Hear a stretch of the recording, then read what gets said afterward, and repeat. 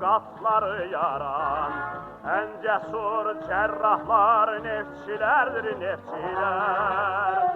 Torpağın qatından gümüş axtaran.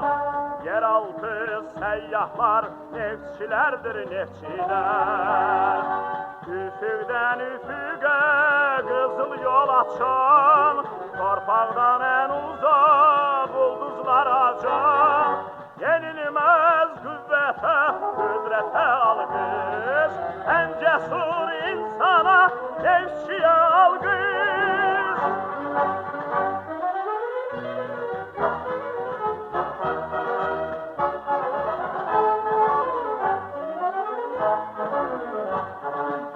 Əzərin boynunda, poranda, qarda, çarpışan, vuruşan neftçilərdir, neftçilər. Ali məclislərə, ön sıralara, alqışla çağırılan neftçilərdir, neftçilər. Üfüqdən üfüqə qızıl yol açan, torpaqdan en uzaq ulduzlar açan.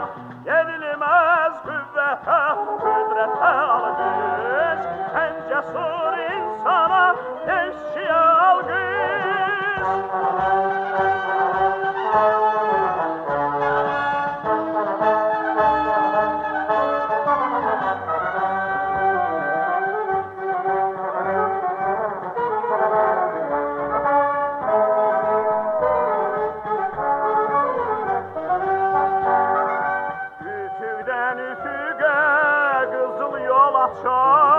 Torpaqdan en uzaq ulduzlar açan.